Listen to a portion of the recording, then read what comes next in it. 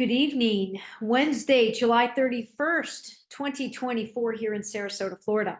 Video 9 of this 30 video series, which now has a title.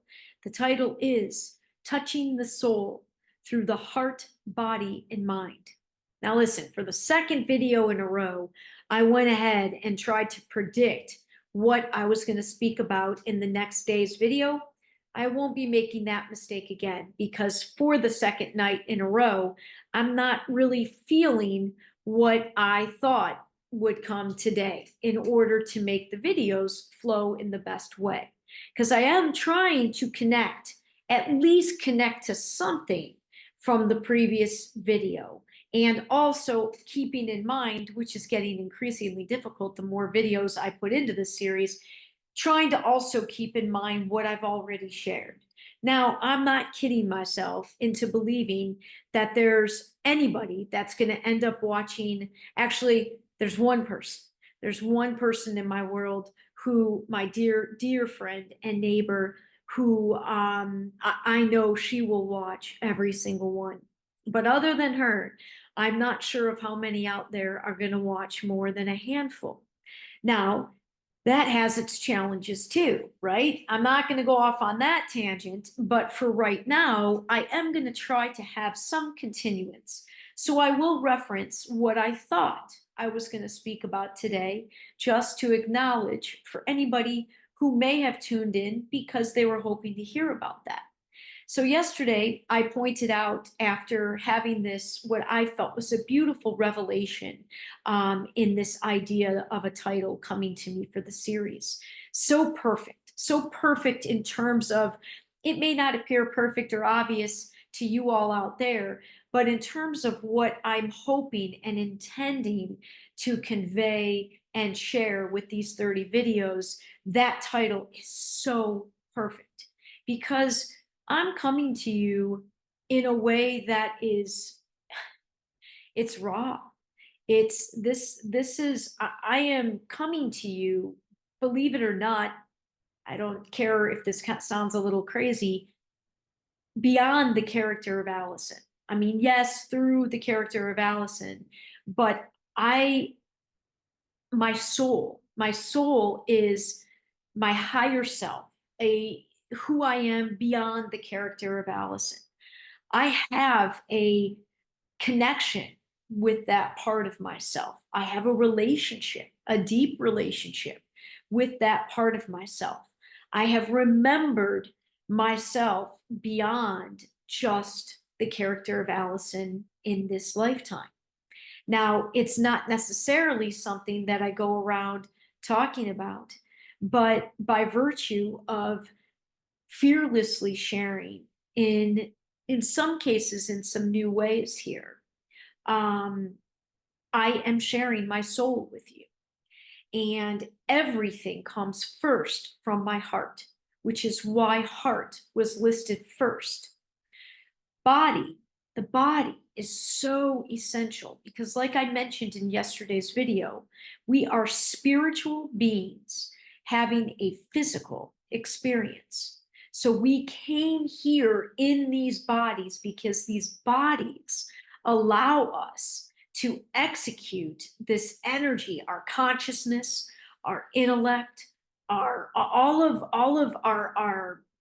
our energetic auras, all of our fields, all of what we're represented. And if you go all the way up, it's just raw consciousness that comes through this vessel, and it gets a way to, it gets a way to move. It gets a way to bring this thing called consciousness into this thing we call physical reality. You cannot minimize what our bodies are. And because, like I shared yesterday, I've been such a physical person since out of the womb, highly physical. My body and sharings about and that deal with my body and work projects and projects for fun and things that deal with the body are going to be a big component. Now, the mind, I listed it third, not because I don't respect the mind. I have an extremely overactive mind. I could be accurately accused every day of overthinking, every day. But I love my overactive mind. And I love my overactive mind, especially now that it's in the passenger seat with my heart energy in the driver's seat. The mind is, it's amazing, but it can get us into trouble very easily. It can be manipulated, it can be tricked, it can be conditioned, it can be controlled. The mind is a tricky thing. And I also do not believe that we in the world are short of mind energy. I think we're woefully short of heart energy. And I think the kinds of doing that we're out there doing with our body could stand some different, some mixing it up a little bit. I think we can be doing in these bodies in a different way. And again, if it's all lined up to the heart energy first, I really think things play out in a different, I think a different musical piece is composed when your heart is leading versus the mind. Now, I don't really want to go off on any more tangents on that today. And I'm not intending for this one to be particularly long, because once again, I've waited till the end of the day to capture this recording. But I wanted to title this one and give a very brief chat, a very brief share, talking about how I see the difference between motivation and inspiration.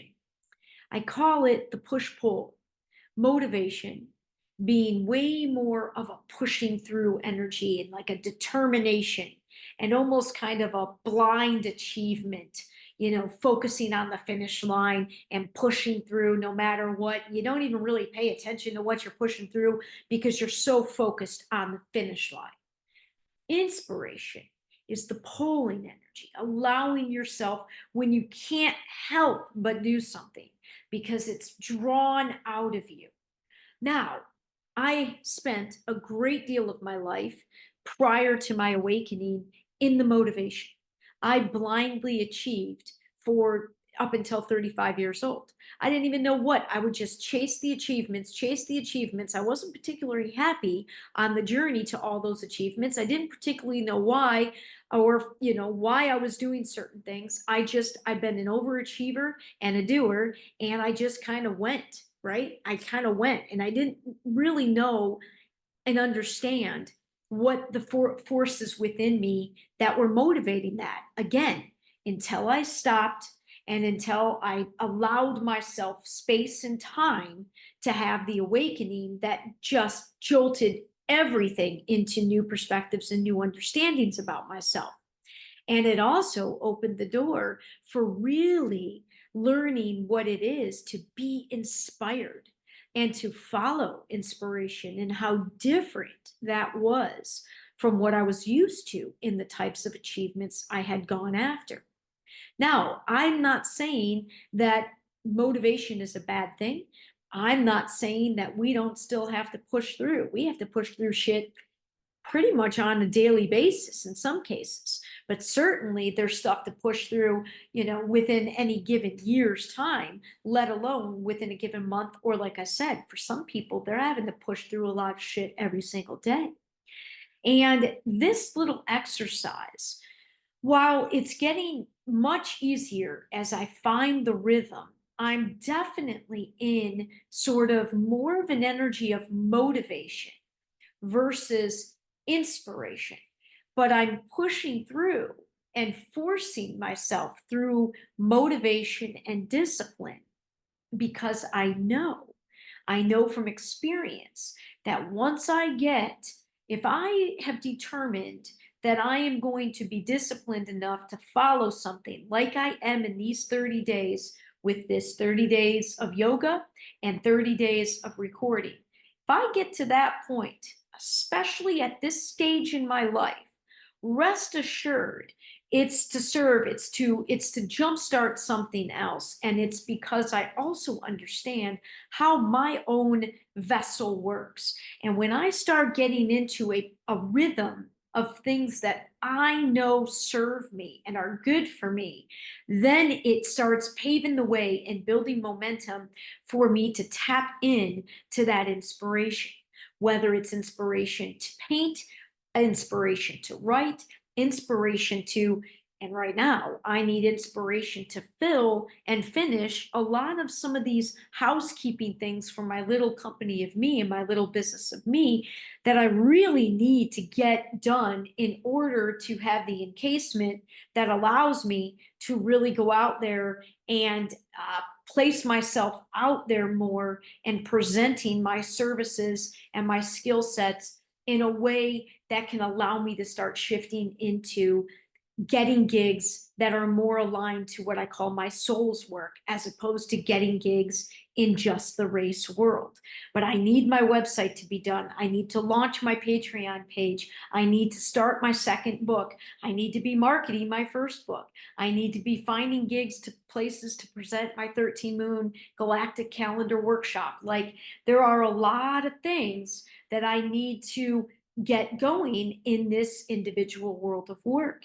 And I can already feel the inspiration. Today, I danced and sang this morning. Man, the dancing and singing energy has not been present. So anytime that starts to return, it's fucking phenomenal, because right up next to playing sports, dancing and singing is like, it does something to me that I can't even, I'm not even going to try to describe it with words. But I had a little dance session this morning, and then I've got a lot of ideas, that some of them that go back 12 years pertaining to dancing in particular. And so I can feel the inspiration. I painted, my cat loves boxes, and I had to get a new microwave last week. Not that I like to use the microwave very often, but my house sitter, one of my house sitters, does everything. He does everything in the microwave. So I mostly got it because he's been here the past 2 trips. And Peony loves boxes. She loves boxes. So I painted her, the microwave box was enormous. It has a styrofoam thing that's like a little entry point, and she's turned it into a little home. So today I painted it. You know, I haven't been painting. All of this energy, the inspirational energy, is starting to return. And I know the further along in this series I go, the more, as I'm motivated and I'm pushing through, I am forcing myself to record every single day. And let me tell you, that's not necessarily an easy thing to do, putting oneself out there the way that I'm choosing to put myself out there right now, when so few people give a shit. Because I know that most people, the way it's going to appear, the way they're receiving it, is very, very, very likely not at all necessarily in line in what I'm putting out there. So, you know, it's a vulnerable thing to put oneself out there, and, you know, to have so few people care. But it's not about that. It's never really about that, except for the fact that I do believe that there are people somewhere across the planet. There's small numbers of people that are going to resonate with what I'm talking about, how I'm presenting it, the ideas, especially once I actually get a little bit more into these things. And like I said before, I just have to risk exposing myself to a lot more who don't get it, don't care, and be okay with that. And it's great, because I really, for the most part, am okay with that. But I got to push through. And I'm pushing through because I need to tap back into the inspiration. And once you tap back into the inspiration, it's ride that wave as long as you can. And obviously, it's pretty tricky for me to have any sort of time for the motivation or the inspiration for things within my world of work, what I call more of my soul's work, as opposed to the event world, when I'm working 41 weeks of the year this year for events. It's not leaving a whole hell of a lot of time, but I'm determined to set the stage for 2025 to be one where I have a better balance of this. So motivation versus inspiration, the push versus the pull, the more of the disciplined approach versus the approach that you don't even require the discipline, because once the energy gets a hold of you, you just allow it to pull you through whatever you're being guided to do. And it's a beautiful difference. But like I said, we still need both. And I'm very grateful that I've always been a highly motivated person, because, for those that aren't, it can be really tough when tougher pockets of life hit you, and you don't have an easy time digging deep for the motivation to keep going. And these days, I think there's a lot of people doing a lot of digging to keep going. And I kind of feel like things might get even a little bit more intense before they get. I think we're in for a little bit of a rough fall.